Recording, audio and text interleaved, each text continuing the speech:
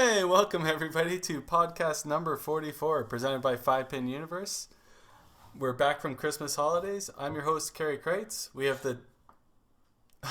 the twins, the Wiseman twins, Tim and Dexter, Adam Weber, and our special guest of the week is Matt Schultz, a legend in the sport already.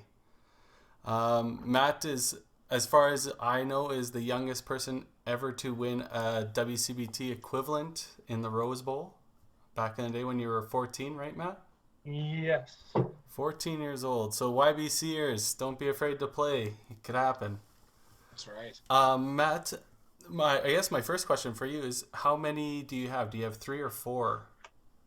I got 5, I think. 5? That's a good question, actually. You have I 5. got 2 Regina, 2 TPC and Rose Bowl, and then I got Calgary, so that's 5. Right. Yeah, 5. So yeah, you're just missing out on one at the moment too, then. Red Deer, yeah. Uh-huh. The elusive Red Deer. It can be. Tough. It's tough. Difficult tourney. So speaking of Red Deer, we had Masters this past weekend for Alberta, Tournament Masters. First day was in Innisfail. How's everybody's thoughts on the Innisfail track this year? Nice center. Very Beautiful nice center. It is absolutely beautiful. They did some great renovations in there. It's awesome. It was definitely nice to walk into, and it was back to the old school scoring. Yeah. Still 18-inch bases and the old style bases still. Yeah, even the pins could have been original, I think. Yeah, it definitely wasn't a whole lot of score out there. No. Robbie Wolfson with his first Masters win with 2022. Pretty amazing for Robbie to get his first win, especially in a tough house too, right? Yeah, just grinded it out, and then proceeded to get his second win the next day in Heritage, also grinding it out. Yeah, also a fairly low score for the tournament men's for the last couple of years, right? Yeah. 1, 2, 3. What did Robbie shoot at Heritage? 21-24. 6 guys over 2,000. Yeah. So that's Crazy. Only 8 for the weekend then. I was expecting 5 or 6 guys over 2,200 at Heritage. Yeah. Just knowing how much score people needed after Calgary. You know, walking into Innisfail, difficult scoring house, and I know you have to play there in about 3 weeks there, Karie, for open trials. For open trials. So yeah. hope you learned something there. I did the last game. I made some drastic moves in the last 4 games and finally found something that at least was half decent score, hopefully. Just gonna try and survive there, and hopefully I find something in Stettler. Yeah, well, definitely think the differences of like the scoring from Innisfail to like Red or in Heritage. I think what the surprising thing was it was just a little bit of the slide. I think a lot of people were struggling and found it a little heavier compared to Innisfail. Yeah, I think that's where people struggled just a little bit, just trying to get a little stronger at the line and get those scores where we thought we were going to be. I agree with Adam. 2,200 should have been there. Yeah. A little bit of added pressure and everything like that definitely took a toll on everybody. It definitely wasn't as heavy as it used to be in Heritage, that's for sure. Right. It was faster, but definitely wasn't as fast as Innisfail. Innisfail was almost Sherwood Bowl territory. It was close, yeah. Mm-hmm. I don't know. I thought it was just tough. Like we were doing okay in Innisfail, and all of a sudden, just kind of everything came off. And just we lost it all. It was just bad. It was just and I don't know. Like, I think there's score there. None of us found it. and Innisfail, it seemed to vary so much from lane to lane. I don't know. We got to 7 and 8, and it loved Maddie's shot, and it hated everything to do with my shot. Yeah, it was. I couldn't believe the drastic difference. We were pretty much throwing the same line almost at times too, and you would hang a corner every time, and my corner would go. Yeah. Heritage, the struggle for me in Heritage was that it was actually faster than normal for me there. Yeah. And I kind of expected it to be a little bit heavier. So then when I did change sliders, I ended up going to an S2 and with an H5 heel, but it was still almost too quick. But then if I went to the the H2 heel, we were just hammering. So I never felt comfortable. It's But I something also didn't bowl very well. over the years is the slides and centers. If there's a center that has a faster slide, the scores seem to be a little bit higher. And I don't know if there is a direct relation to it. I feel that there is, just because you're not getting hung up at the line. You're able to stay more strong. You're not falling over. You're not being held up by your slide. And as you can look at, like, over the years, Bonnie Doon with the scores that they posted over the past few years, they've always had faster approaches once they put the synthetic surfaces in. I think we've seen a little bit of an increase with Sherwood. The scores seem to be a little bit higher the last little bit here with your guys' synthetic surface too, compared to last year a little bit. Just more higher games, I should say. No, last year we had way more. I mean, even at TPC, we had what, Tim, two 400s this year, 3 400s, and we had like 12 the year before on the wood. Yeah, that's true. There was. I just find that you're, in a way, Matt, you're right. Lynn Howells sort of said the same thing for many years, right? If you jam it at the line, you can't finish. But I think that's my biggest weakness right now. I can't stop. I can't stop at Sherwood Park, and I'm afraid to keep dropping sliders down or heel. I'm already on H1 heel, and sometimes I'm out of control. I just can't stay firm at the line. I don't know. Like, I think my body hates me more than it ever has. Because I'm so in shape, and I think if a heavier approach, I actually play better on, because I can be more aggressive on it. But the next day, I want to feel it more, and I don't. So either I have to adapt, right? And I'm, unfortunately, right now I'm too bullheaded and not smart enough to make that adaptation right now. So that's something I got to work on. Give it a few years, buddy. You think you're feeling pain now? Yeah. All you young guys on this podcast. Exactly. It's funny at Sherwood, though, because I have been able to figure out what I think is the right combination of slide and heel, but then every once in a while it still like comes out and bites you, and you're all over the line, right? So there's something about those approaches, and I don't know if there's still dust in the air, or if there's still there's something that's still causing those approaches to be extremely quick, but I think over time they have to slow down, and I think we saw the same thing over at Bonnie Doon. I remember the first year and a half, it was black ice out there, and then kind of came back a little bit. So I definitely agree with you, Matt, that having that extra little bit of slide, it definitely is conducive of higher scoring typically.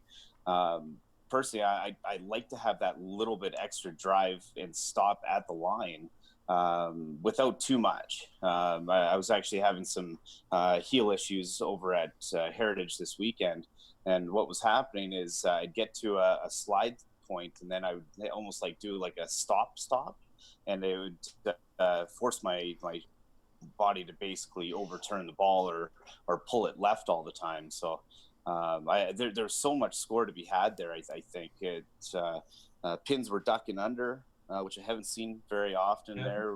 I don't think there was nearly as much oil out there, at least on the low side where we were playing the majority. I'm shocked that 21-20 was a win, but good for Robbie. Real proud of him. Not sure how rare winning a weekend is in Alberta, but it's got to be pretty rare on the male side. It is. Yeah. The last time I remember was Gary Barrett, I think.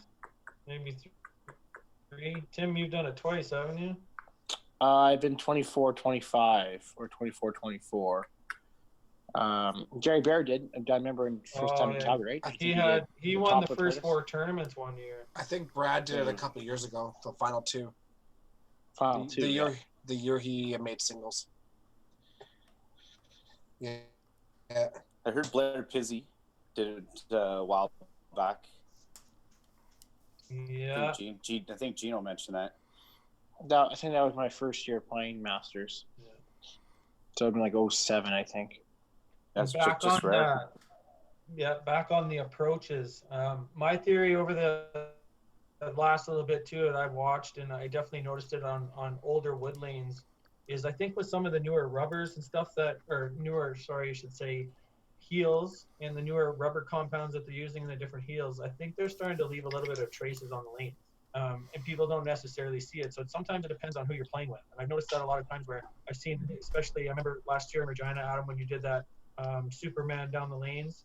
Sometimes it just takes that one spot where you hit where somebody actually just, I think, is leaving a little bit of their heel behind. And I definitely noticed that over the years with a lot of wood lanes, because the wood lanes would definitely pick it up more. So you would definitely see, you could actually see in older wood lanes, the approaches would be worn down in the middle. And I'm not sure they were necessarily worn down, but it was actually rubber left behind. So I think that's something I paid attention to, and why I've always gone with a leather heel and a leather bottom completely, because all the times I've jammed and everything like that, it's kind of wrecked my hip and back and all that good stuff. But it's kind of my theory on that. I don't know what you guys think about that. I had the exact same thing at Green and Gold with Ryland last year. He ended up playing some, it must have been like an H2, H3, but it was orange. It was a different heel than I H1. H1, and it was so soft that it was literally leaving marks, and you could see it on the synthetic approach. And then, of course, I'm playing right behind him the whole time, and yeah, I almost died the first day. He didn't play it the second day, and scores went up, but. No, I agree with that as well. Not only that, like the fibers in the sliders as well, right? They break down so quickly on both the approaches, but more on wood, I think, than anything. But no, I agree 100%, Matt. Adam, you're the best bowler in Canada, and you can make an adjustment for that. Well, I don't have an extra set of balls in the bag, so I got to figure something out. No, you can adjust to it, but if you're not comfortable, right? And then if you're not comfortable with an approach, you're not going to be playing your best. Yeah, I'm not so sure if it's either the sliders breaking down either, or if they're just picking up dirt and oil and it's caking in the slider, and that's why it gets faster and it seems like it's burned down. But I know one of my old S4 sliders, you could literally take a quarter to it and you could peel that dirt and junk out of where it looks like a burn mark is, where you think the slider's breaking down. It's actually just picking up dust and burning into it, right? And it was notoriously on wood lanes. Yeah, I can see that for sure, because everything it's easy to hide in crevices and boards and all other stuff. But to go along with that, Matt, you're saying like the new rubbers on the synthetic, I find especially at Sherwood Bowl, you have to put on an H2 or whatever that backwards brake is, right, Dex? Yeah. I tried that at Heritage because it seemed a little bit fast. I tried that and it insta-grabbed that synthetic. Same synthetic, but it just grabbed it instantly. You couldn't switch to it. Exactly. And then when we're in Sherwood Park, I use that H2 and it is completely smooth. Yeah. Like I've never hammered on it once. The second I put it on at Heritage, I was just like straight head over heels. Makes you wonder. I think that just comes down to longevity and people bowling on the lanes. Yeah. Like you can clean them and polish them as all you want, unless you're taking a full out orbital sanding machine or whatever with a nice soft pad on it and actually scrubbing the whole lane. Yeah, buffing it You're out. never gonna get it consistent to like what you guys got right now, because I'm sure when you're new, but you keep them clean on a consistent basis, and I think that's huge. And we're not using anything on them either. Right. Like it's simply water. All we use is water, and it peels everything off of it, and it's fine. I wonder if maybe there's a breakdown on the lanes or on the approaches based on what they're using to clean them, because that would make a big difference. Even if there's a little bit of a film or anything like that from whatever they're using to clean them, that would make a difference in the slide. Or it's breaking apart the coating that's on the synthetic or something like that. Yeah, definitely. Yeah. There's so many factors. Could even be dirty carpet in the center you're playing at, or it could be a bunch of things where it's on your sliders and people are taking it to their lanes. Yeah. Yeah. And the time of the year and what kind of humidity's out there, and there's all sorts of stuff. Yeah, there's lots of factors. Cool. So moving on to the next thing. So Matt, we know, as we all know on podcasts, you've battled through a few injuries and through a few medical issues and stuff like that. For people that know you across the country and probably haven't heard any of it, would you like to, I guess, discuss any of that? Especially your back. I know back has been a big issue for you the last couple of years. How's that going? Are you rehabbing it fairly well, or is it a constant pain in the you-know-what? Well, the back's going to be a lifetime thing. That's not going away. There's nothing that I can do to repair my back, as there's no surgery or anything like that. So I battle through it in the best way that I can. It definitely has affected my play a little bit in the last couple of years. Kind of made my way back a little bit in the last little while to competing where I kind of wanted to be, but recently I had another health struggle. So in it was 2007, I had a stroke, and recently in this past November I had another one. So that's been another setback for me. Most people don't know about it locally. Some people do know. I mean, the people on the podcast, people that I play with on a regular basis, and family, of course. But I just kept it on the down low because it's something that definitely hit me and my family, especially now that I got a little one running around the house and stuff. So it's definitely taken a toll because it was right to my vision again. I lost half of my vision. So that's been a big battle for me. To be honest, probably on Saturday playing in Innisfail and Masters, to be in the top three and going into even the last game being sitting up top, that was a huge win for me. I didn't care what my score was. I wasn't even sure I was going to be able to play because I can't even focus still. So to come out and shoot what I did, I was frustrated that I couldn't focus like I wanted to, but to come out where I did and shoot what I did, I was super happy about it. May not have looked like it on the lanes, but I definitely came out this weekend feeling like I did win, and did do as best as I could. Still hit me hard. I should say it still hit me hard, but that's all you can do. You can only play with the cards that have been dealt to you and keep working hard. I came back stronger than ever the last time. I think after the first set of strokes, that was actually in Regina. I ended up winning that tournament. So that was kind of a stride there for me. But since then, I've won another 3. So I came back even stronger. So that's the plan this time. A little bit of rehab, a little bit of rehab programs and stuff for my head as well. So now I got my back and my head to deal with. So it's going to be full-time rehab for this guy for the next little while. But Yeah, as somebody that's played against you since YBC, I don't see you backing down or really struggling for much longer. You come back just as strong as you ever been, for sure.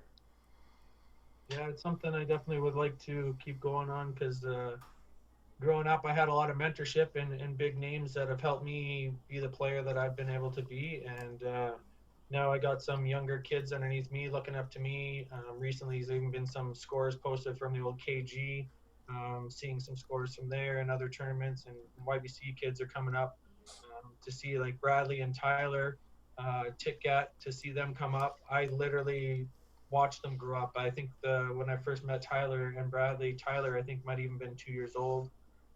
So to see those guys playing Masters now, that's some of my goals is I want to play with those guys. I want to be that mentor back to those kids and to the kids in YBC, the kids that I see that have the same heart that the 5 of us in this podcast have. So that's something I'm definitely looking forward to in the near future. Hopefully it's this year, but it might have to be next year, just due to health issues. But that's what we got the summer for, is to get back in the groove and pull in a great center. Yeah, exactly.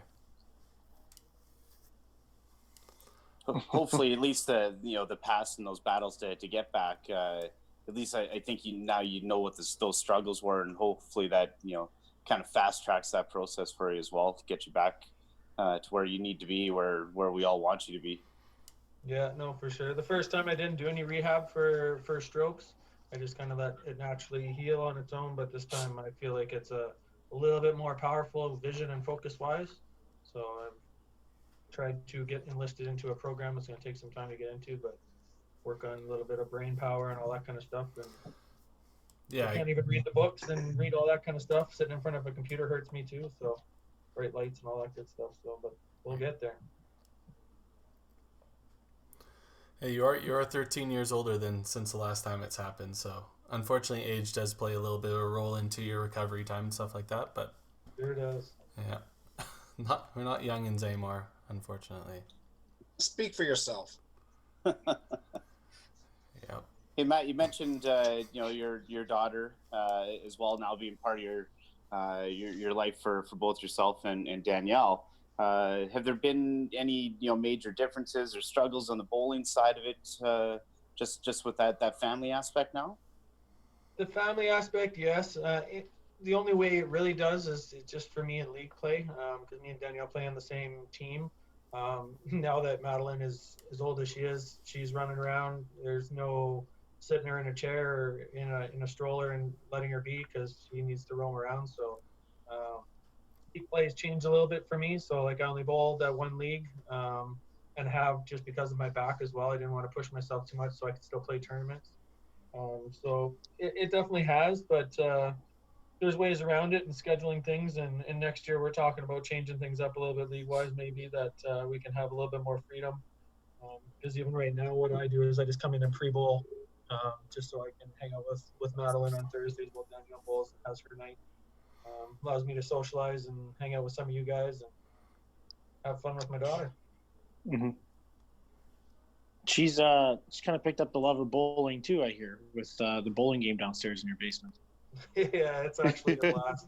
Now at the lanes now too, she loves pushing the balls down the lanes, and so that's exciting for me. That's something else that is not going to let me back down and quit, because I want to get to the point where hopefully I'm still bowling in 15 years, where I can start bowling tournaments with her and get her competing. Hopefully, if she's interested in it. I mean, I'm not going to push her to it, but Adam kind of knows that little story too. He had his son come up through it and was doing really good with bowling and stuff, but he didn't force him to make any choices. He wanted him to go the route he wanted to go, and that's definitely what I'll be doing as well. Mm-hmm. Adam decided to he looked for money. That's why Braxton went to soccer. There's way more money in soccer. The thing about you, Matt, you might be in the seniors tour by the time she comes up. So right, so you got that's what you got to work on there.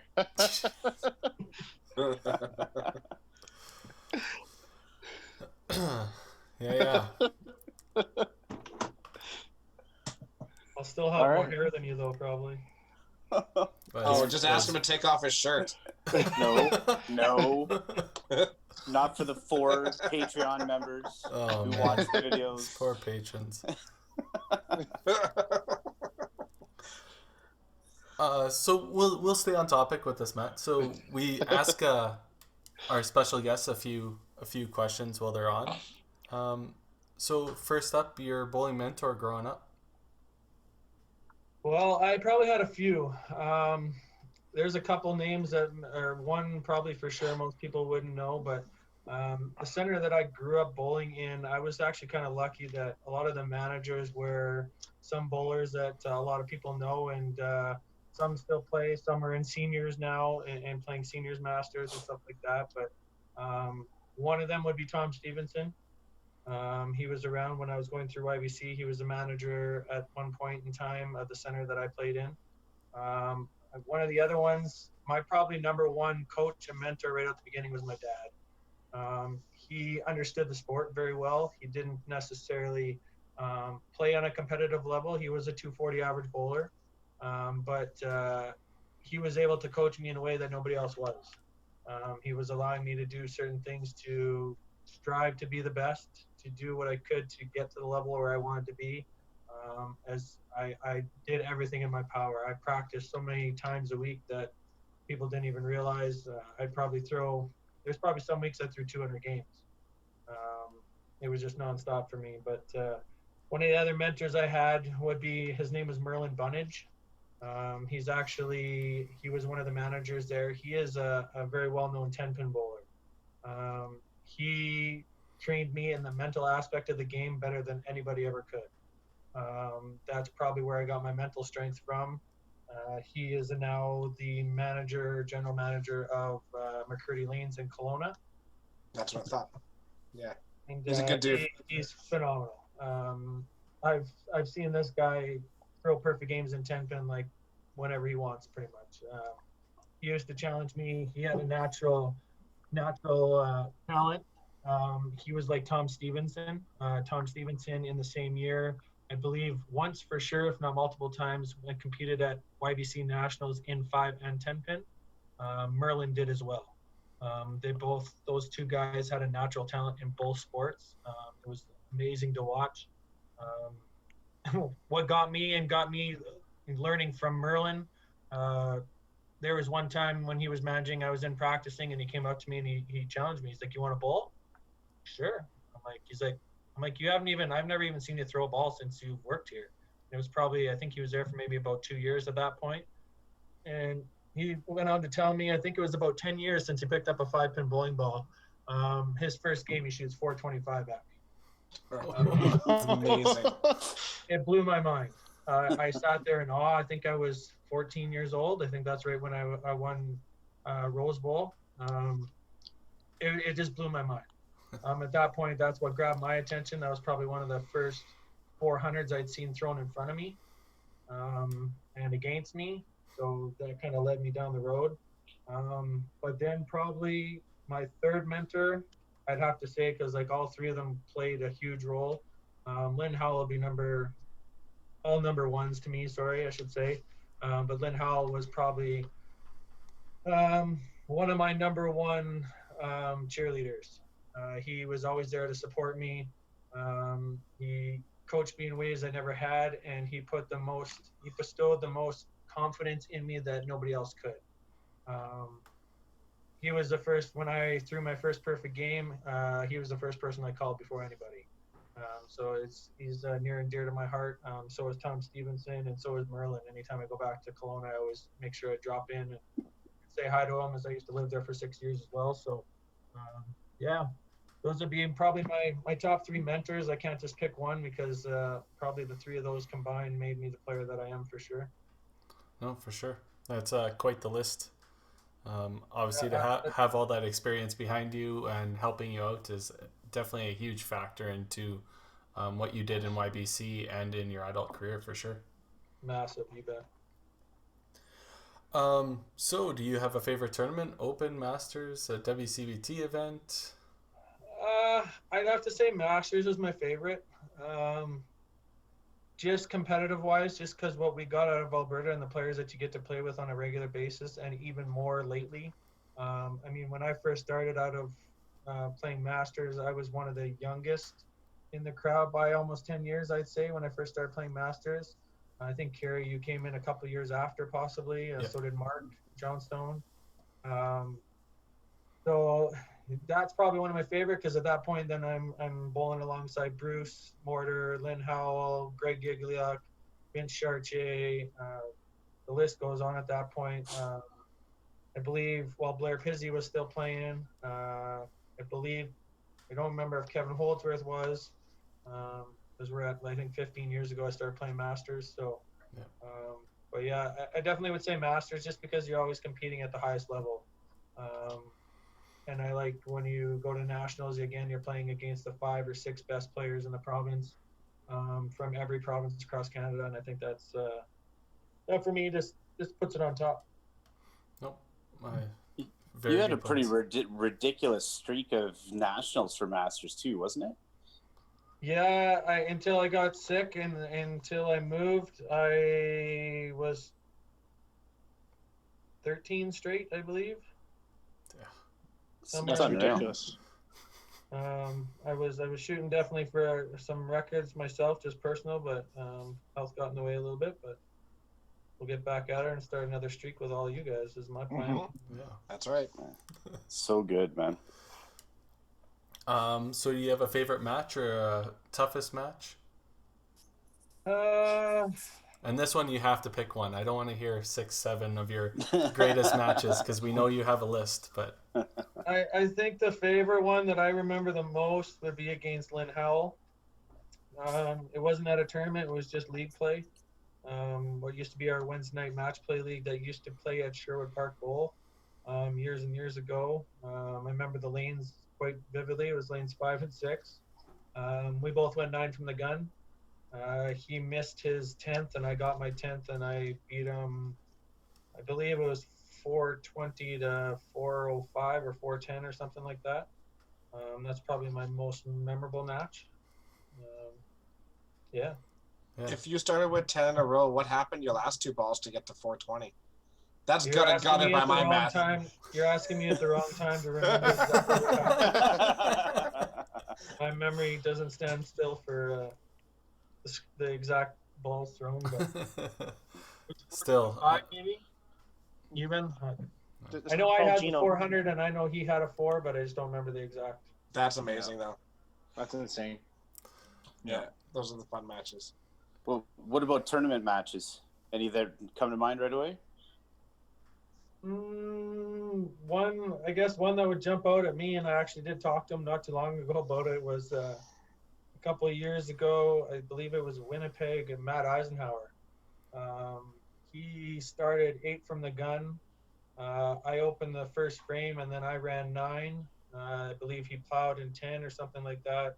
And I marked in 10, double marked in 10, I believe, to beat him 390 to 380, something like that. That was in Masters? And that was Masters, yeah. And I believe that was also for a team total win, too. That year you won a lot for us. I remember you carried me and Mark on your back for a while. Yeah, Mark's hands were a little sore. I remember him tearing up. A little bit. Yeah, you, Karie, and Derek played pretty well that year.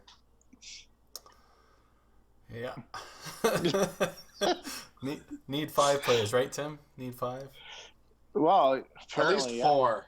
At least 4. At least 4. Yeah. So what's in your arsenal, Matt? What are you talking about? What are you talking about? What bowling balls are you playing? What shoes are you using? Bowling balls are normally soft rolls. Missiles normally. I hop back and forth sometimes. I don't really change very often. I started out my career for probably the first 15 years. It was all cyclones until synthetic surfaces started to come around. Then they didn't seem to play as well. So I switched to soft rolls, and I've kind of been with them for ever since then. So I do have some missiles. I do have some of the other versions as well, the ballistics and stuff. But the missiles are definitely probably the go-to on a consistent basis. What did you throw your first perfect game ball or first perfect game with? A random pink random pink Starline. Yeah. Yeah, that was just I wasn't bowling good for a couple of weeks, so I just grabbed a random ball out of the closet and second game in. My perfect game. So. I remember you having that. You had a 450 engraved on it too, didn't you? Yeah, and then now I can't find the ball. Check the buy and sell page. Yeah. Tim probably found it and is trying to sell it. No, if anyone's gonna do it, it's Evan Lecoussier for sure. I almost brought a bowling ball out on Saturday, and then I was like, "Oh, I'm facing Mike, and I know Evan stole this one from Mike."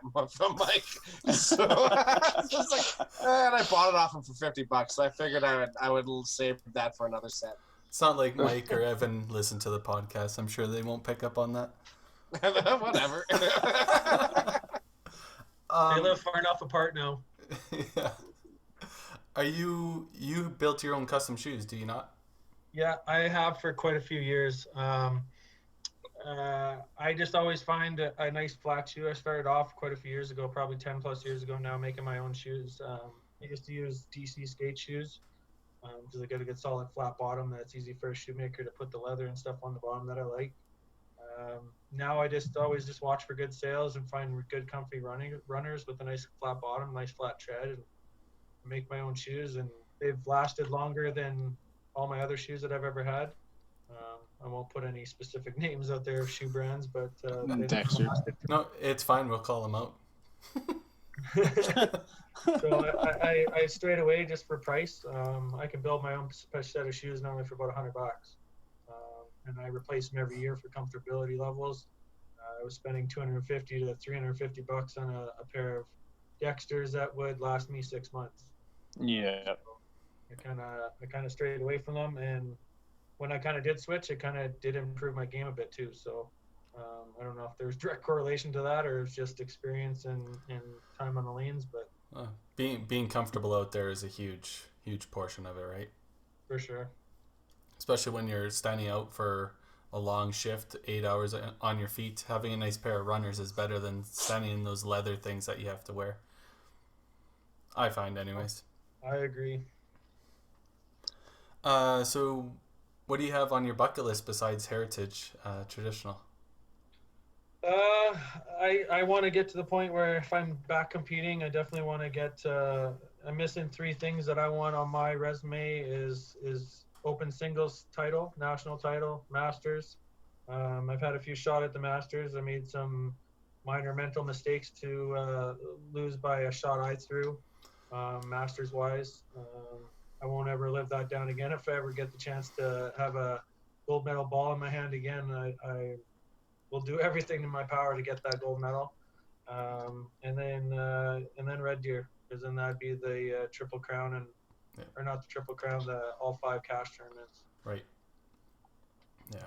I believe that would be something for me, bucket list, as I think that would be the first person to get all 5.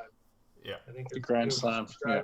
There's a few of us striving for that right now, and I think it'd be cool to be the first one to do it. Yeah. I would have to win this next TPC before Manitoba starts, because then all of a sudden there's another one you gotta try and win. Yeah. Well, Karie, we have 5 shifts for you, buddy.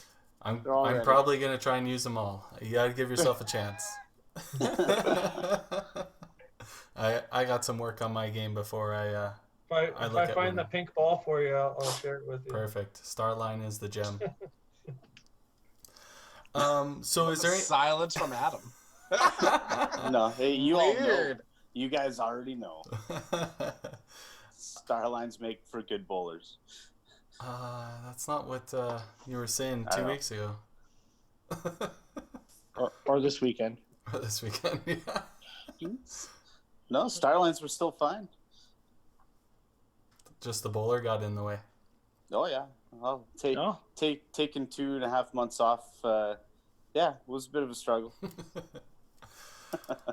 Matt, so is there anything you would like to see in the game for improvement, or any ideas that you have specifically that you would like to see improved? I definitely would love to see it get, like, your whole purpose of, and everybody's purpose of WCBT is to hopefully get it back in front of people's eyes on TV and all that kind of good stuff. And anything and everything that we can do to get us there, I think is a big key. One of the biggest things that I think is important is making sure that we get local sponsorship from local people. Something that I always do most times if I'm in some restaurant or somewhere new or I'm pub or anything like that, I always see if there's people that are interested in doing any type of sponsorship. I pass it along to Tim and Dexter when I can. I do that kind of stuff. But I think one of the biggest ones is I want to start pushing this year is trying to get charities involved. I think it's good for both aspects. I think it'd be great for the sport in general. If you look at a lot of the bigger, any type of tournaments out there, there's normally a big sponsor. They're normally doing charity events and stuff throughout the season and throughout the years, whether it's NFL, CFL, anything like that. And it draws in everybody from around the sport. And I think that's something that could be huge for 5-pin bowling to get it to the point where maybe we can start getting bigger sponsors and bigger names that we've definitely lost over the years that, supported CBCs, the TSNs, and all that kind of good stuff. So, like I say, that's kind of something I'm trying to team up with a few people on this year coming up, and hopefully starting this month that we can put some time to it, that we get a local charity involved, whether it be Heart and Stroke Foundation, because I got a little bit of ties to the Heart and Stroke, or anything to do with some type of cancers or anything like that, because somebody's got a family member out there, or even proprietors have some type of issues within their family somewhere along the lines that could tie to a charity that I think all year long most bowling centers could raise money for and boost the sport and put some more money and into some tournaments and stuff like that. But once you start doing that, I think you can start attracting local celebrities off of, NHL teams or football teams or stuff like that, because they're all about charitable events as well. And I think that's going to be a huge attraction to everybody. Yep. So that's kind of what I would like to work on and definitely get towards is getting more sponsorship in the game. I mean, what the WCBT has done over the last how many years now, and seeing the progress that you guys have made and the monies you've raised, and you got a small charity involved as well with the Karen Pallon Foundation. Yeah. That's huge. And I think we need to see more of that, because then even just if there's a local tournament where there's a charity involved, you can talk to Global TV or CTV and say, hey, we're just doing this as a fun fundraiser tournament, but it's near and dear to our hearts, and we're hoping to kind of keep this going year round. and hopefully, like I say, attract more people and get it in front of more people's faces. Because once it's back on TV, and I think there's even going to be more, YBC bowlers coming in, and more kids interested in the sport, and build that bottom line up. Yeah, for sure. That's one of my pet peeves is how some associations lost sight on it being on TV. Because if it's on TV, there's going to be people watching. There's going to be advertisers. There's going to be sponsorships. There's going to be people looking to be involved, right? Unfortunately, once it fell off television, it just falls to your surrounding circle, right? And that's like you said. That's kind of the whole point of the WCBT was to bring something that people will be watching, and hopefully that is the end game TV. But who knows how long that'll take. Well, and if you look back at all those tournaments, I mean, TSN back in the day was Hiram Walker sponsored. He had a big name. I mean, it took him a few years to get there. I can't remember the start of it all, and I believe they were right off the top. I think they were probably the ones that helped get it on TV. But it just takes one, and sometimes it might take a few years to work at it. But that's something I wouldn't mind even challenging a bunch of people to out there that are listening to the podcast that, approach your local proprietor, talk to them, see if they're interested in something like that, where you can, even just have a little bin on their counter that they can raise money for, and maybe even just have a local tournament a year that could, bring those charities involved, get some local sponsorship. Once other sponsors see that there's local charities involved, or even a big charity, they're more willing to sponsor you guys in your sport. So I think that's definitely a massive connection. I think it could be huge for the whole sport across Canada. And I literally challenge anybody out there that if you guys can do it, let's get it done, because that's what's going to get this sport bigger. And if you do, post it on social media so we can all like it, and they can show the sport and show the sponsors how big we are and how much of a family we really are. Yeah, exactly. Utilize social media as much as possible. If you can spread the word, it'll reach other people too. So, right? 100%. If I remember correctly, back in the day, about 10 years ago, Bowl Canada did knockdown cancer month in January, and I don't know why that kind of came wayside after a while. But that being said, I still think it was important. Actually, I don't think anybody knows, but Westlock actually had the most money raised in Alberta, and it was like tens of thousands. It was absolutely incredible how much money they brought in, and a small little 8-lane center, and and that's not a lot of population to do something really well with that. So, I'm all for charity. It's community gives back. It gives you kind of a positive light back in your community as well as a center or whatnot, right? So, goes both ways. Yeah, the more you help people, the more they'll help you. So that's the big challenge, I'd say. Yep. Totally agree. So, Tim, around the bowling world, was there any high games last week or during the Christmas break? Was there anything special going on? Well, yeah, actually, there's some really good scores out there. First of all, we want to shout out Stacey Weber and Topper Bowl because she's a little bit upset we didn't announce her high scores. Sorry, but not sorry, Stacey. So, anyways, they put new bands, new rubbers, and they tried this new technique of oiling at Toppler, and it's been going really well this year. So they have a few thousand triples this year. Back on December 4th, Dave Philpott shot 1,008. This past Monday, Kevin Holsworth shot 1,060. Some high quads. Anthony Street on November 11th shot 1310. Parker shot 1307 this Monday, and Kevin beat him out with a 1361 with numerous 400s. So way to go, Stacey. Glad you're putting the hard work in. It's paying off. I love you too. Also, Gino shot a 400 at Heritage. If you know Gino, he doesn't throw a lot of strikes, so this is quite the feat for Gino. So congratulations goes out to Gino on that. Our very own Karie Kreutz shot 1,000 triple at Sherwood Park. Best kickback I've ever seen in my life for the 1,000. He missed the middle on 11, and the 3-pin hit the side of the wall. Swung across the deck, hit the other 3-pin for an 8 count for his 1,001. On his second last ball. Couldn't plow. I needed more than 5. Yeah, Good strategy. Yeah, that's experience right there. And When finally- you need more than 5, pitch. Thin. Play thin.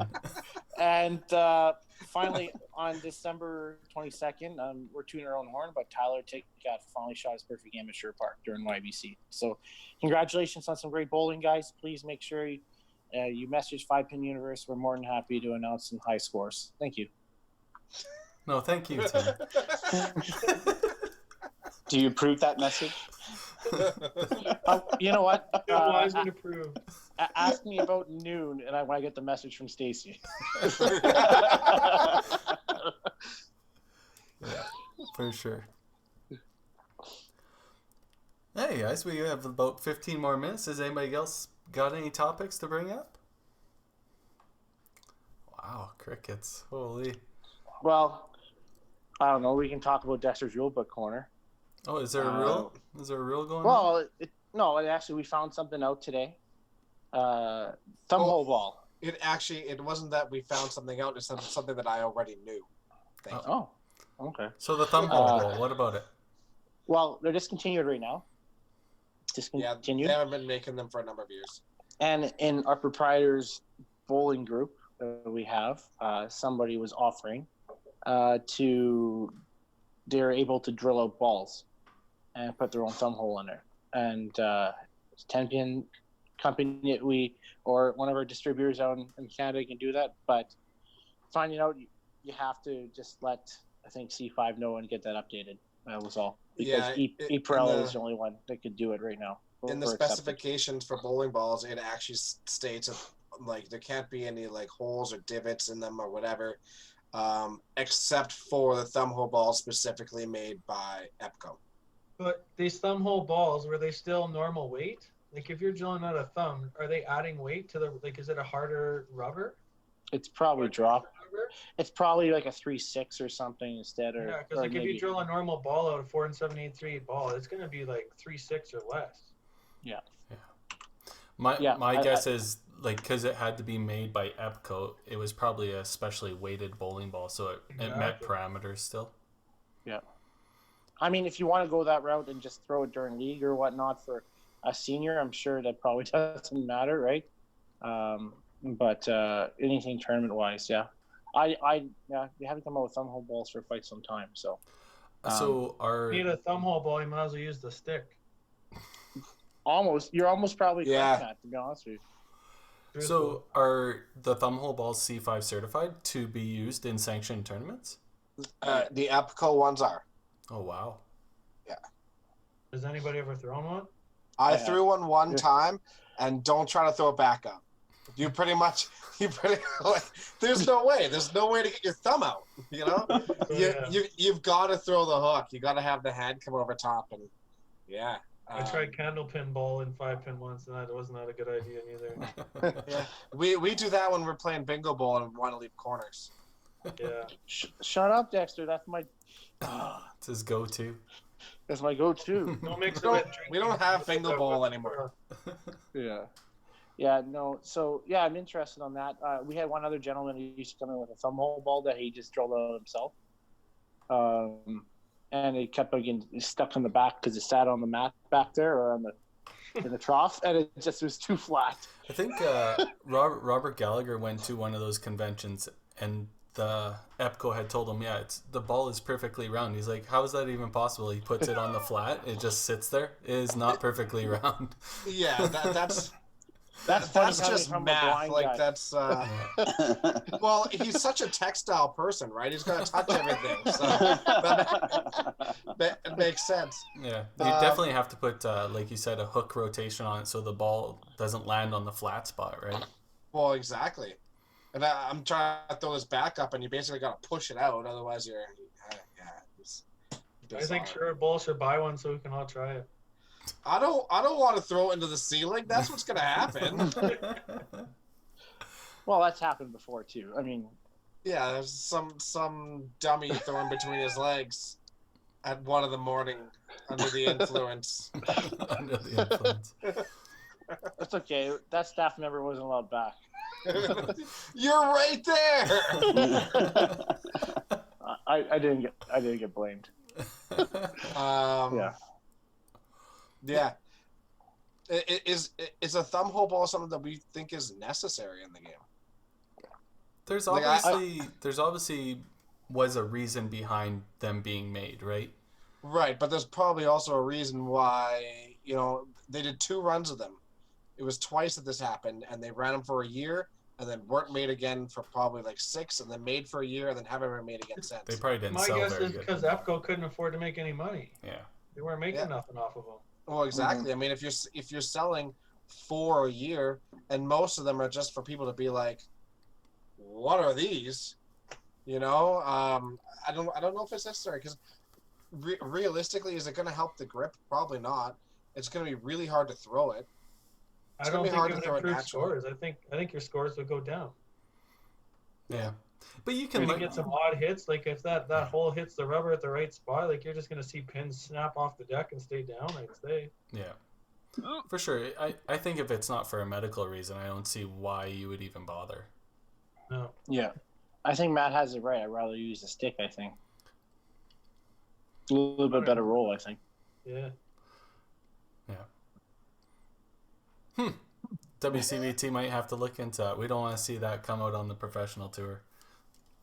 Could you imagine? We should have a thumb hole tournament. I would love to see someone like Mike Tweedy. Evan throw that ball and then like have that hit the flat spot and see where that ball ends up.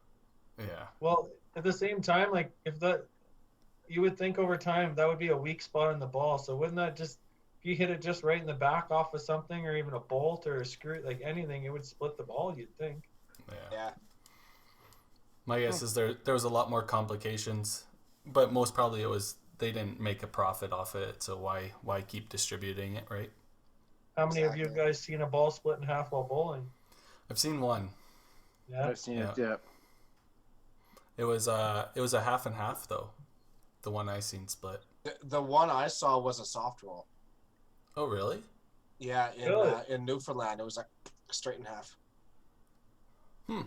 Like clean cut, or was it like along the rubber lines or whatever? It was like right in half. Like he threw the ball out, and then it like landed and then split in half, and then one half in the gutter, one half in the other gutter. So did he throw a gutter, or did he really just erase? I'm pretty sure that counts as a gutter.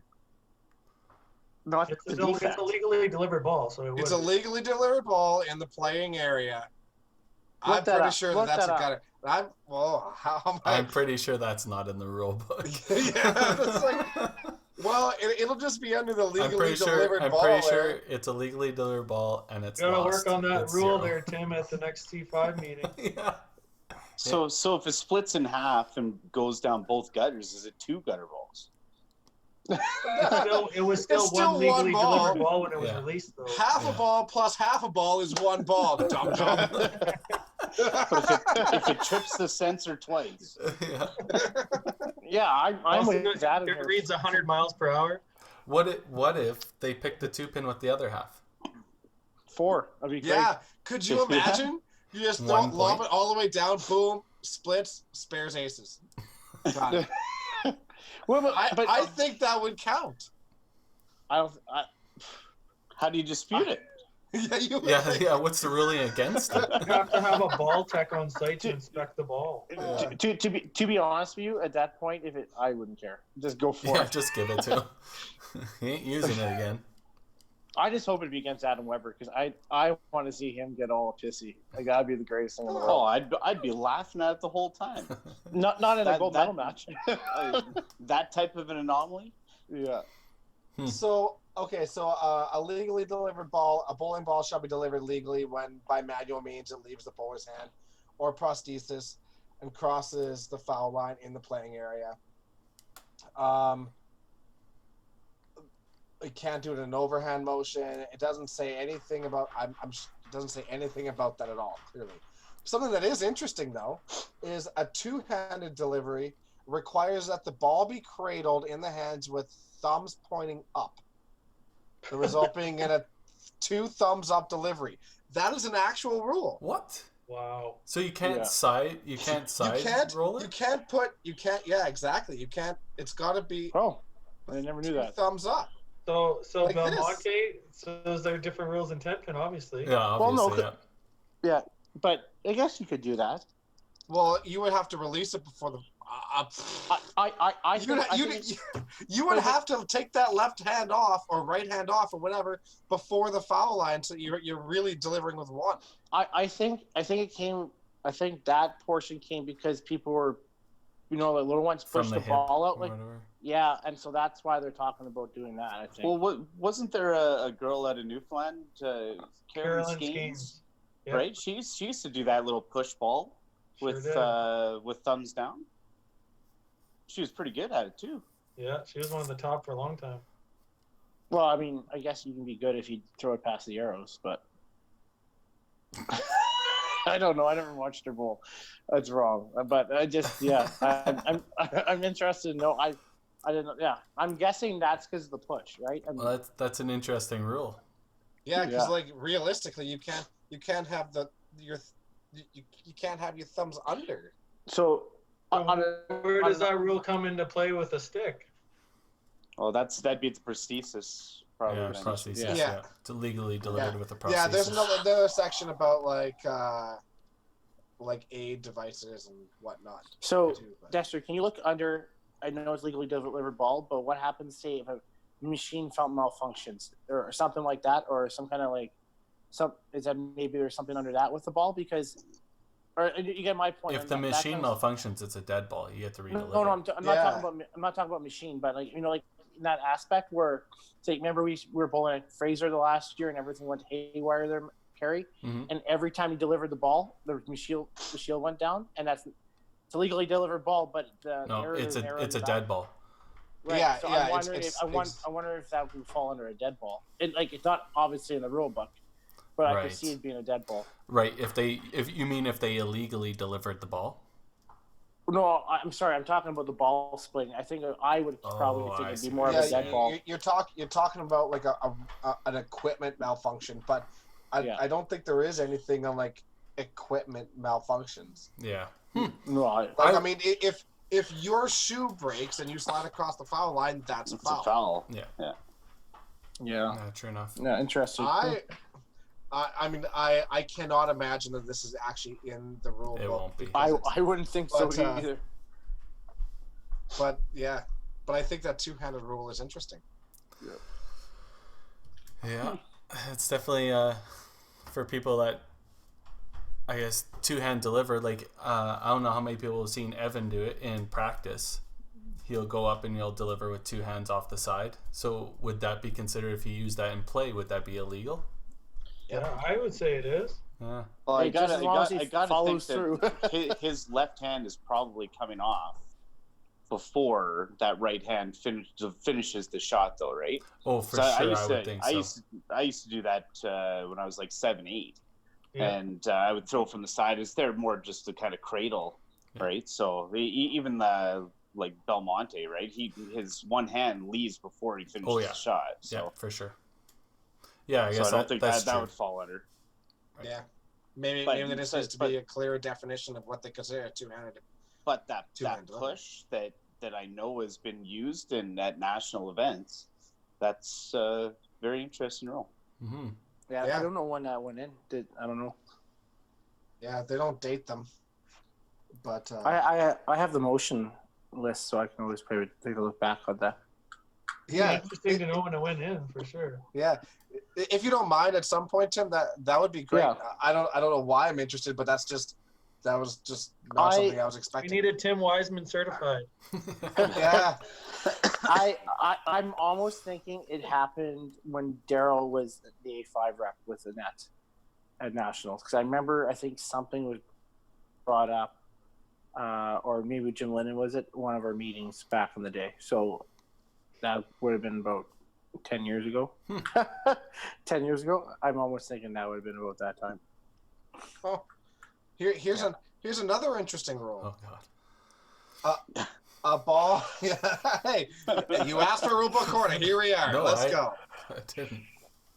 A ball may not be rolled to clear deadwood or balls from the channels unless permission to do so is granted by the opposing team captain, coach, or tournament official. Fine and dandy. Penalty. If such a ball is rolled without receiving permission, the ball shall count as a legally delivered ball, and a 15-point reduction from his or her total score shall be made. You get a foul and a legally delivered ball. What if the coach does it? Nah, I'm assuming it would go to somebody else. Well, yeah, I don't know. Is that like a bench minor? Just comes off team total? Yeah. If only we can get that off getting rid of our coach that way. A coach wouldn't be a legal player, though. That's what I mean. Like, so what if a coach decided to clear the wood, right? That's for free fall, isn't it? Yeah, it would be. Yeah. Well, yeah, but I mean, even a ball on the channel, though. Right. That happens. So, Fair. Yeah. My daughter does it every Thursday. Yeah, I'm going to call you on it and start deducting your pre-bowl.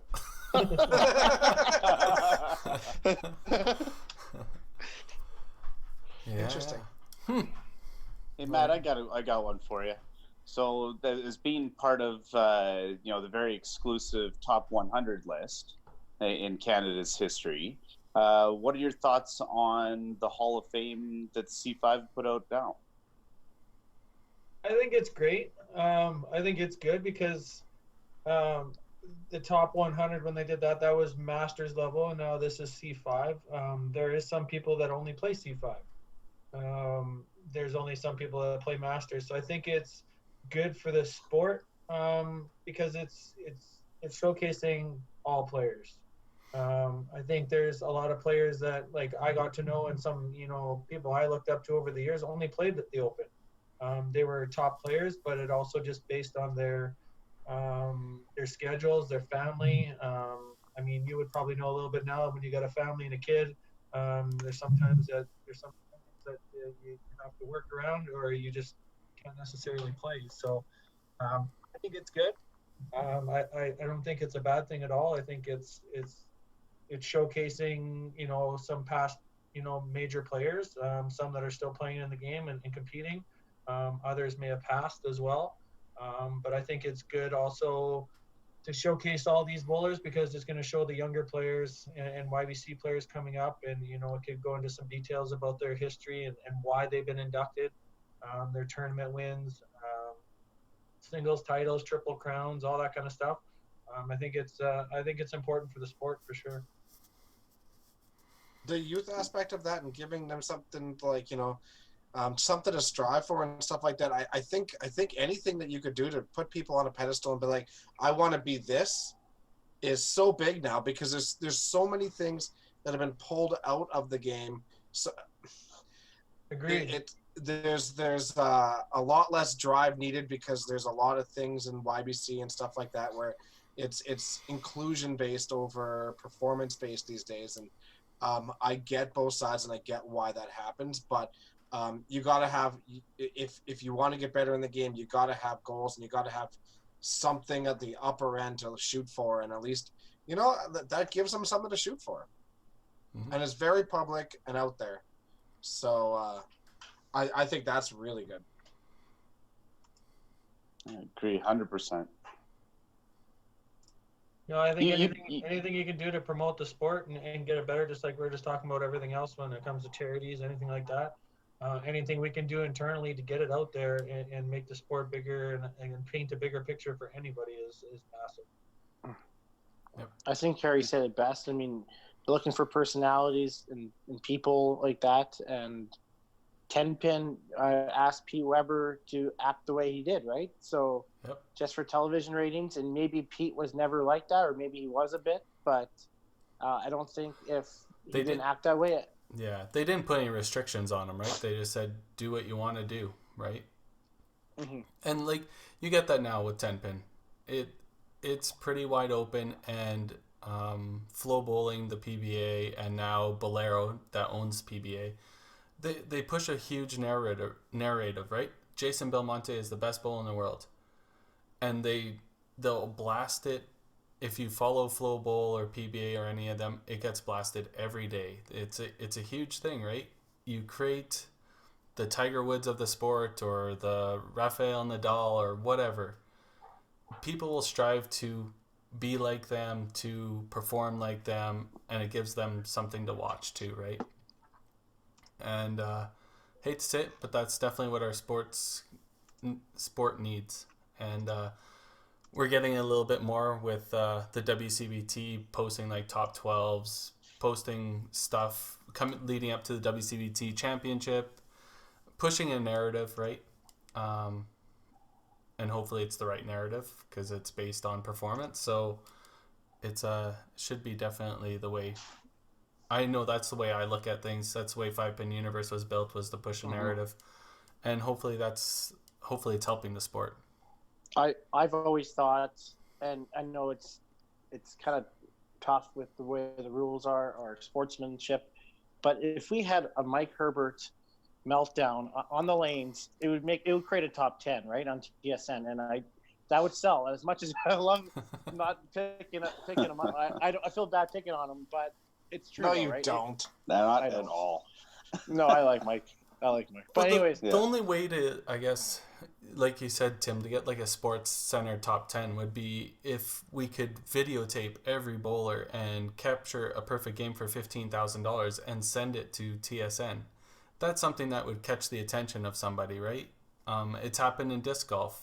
I don't know if you guys probably don't follow it, but Paul Macbeth happened to shoot 18 under, which is a birdie on every hole, obviously, and it hit their Sports Center top 10, and they did a 2.5-minute segment on it. Yeah. And now disc golf is one of the fastest growing sports there is in the States, across the world actually too. I follow Ultimate Frisbee, and they do the same thing. They done all that kind of stuff. Well, that can be another challenge we put out to people out there. Like when there's these perfect games thrown, and there's been quite a few across Canada that have been videotaped and all that. Hammer your proprietors and hammer the local news stations and say, hey, like this only happens, like most players don't even throw a perfect game in their whole career of bowling, 30, 40 years of playing.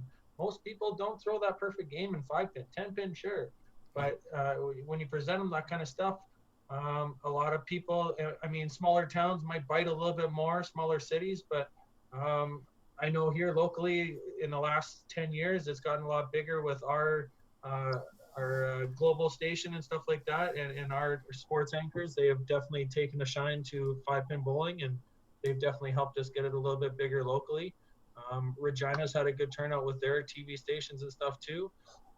And that's all because they just had to poke them a little bit, but they probably gave them some footage and gave them some solid information that sparked their interest to say, hey, like, just come do this once and see what happens. Help us out. Yep. I was a little disappointed in my local one. With the Edmonton Journal, I've probably called and texted them or emailed them, and Global never got back to me at all for TPC, and I pounded them, and even the Quinn Phillips and stuff like that we had contacts with, and John Sexsmith. Yeah. They never heard back from him, but it's not good. Nope. Just to build on that, Tim, like the WCBT, we sent stuff to every major organization or media organization in Edmonton as well, and we did that for Calgary, we did it for Regina, we did it for Red Deer. Regina's stations got back to us. The other cities didn't. I'm almost wondering, like, time of years, because I've had really good success with stuff, and I've had some just maybe a little bit in the spring or something, but it was just a little bit weird. Maybe because the Oilers aren't very good and they're looking for something on TV. But I don't know. Like I even was trying to approach them and buy a spot in their weekly journal or bi-weekly with bowling updates. If I can pay through my gaming funds and somebody can write an article what's going on and what updated new scores and just what's going on at this center, I thought it'd be a great way to publish. I would be able to pay for it. Yep. And they never even batted an eye. I was like, I'm willing to pay for it, and never replied back to me, or he called me back or nothing. So, and that was right to the editor. So, I feel like we've got some pretty good connections this year, though, where TPC, I think we're going to have some good things going on at TPC this year. We have two separate people in two different entities that are really pushing for media coverage, like good media coverage for it, that have really good connections for that. So let's hope. Yeah. Hopefully that's the start. It's gonna start by proving it with one tournament. Hopefully we can grow it and show what works. we just got to find that common denominator that's going to help everybody across Canada in these tournaments and get it more published and out in front of everybody's eyes. Yeah, no, exactly. All right, guys, I think we're going to wrap up this podcast. Matt, can't thank you enough for coming on. Obviously, looking forward to bowling with you for the foreseeable future, especially in Alberta. Good luck, everybody, and have a good week. Appreciate your time. Thanks, guys. Thanks a lot, Matt. You bet. Have a good one, guys.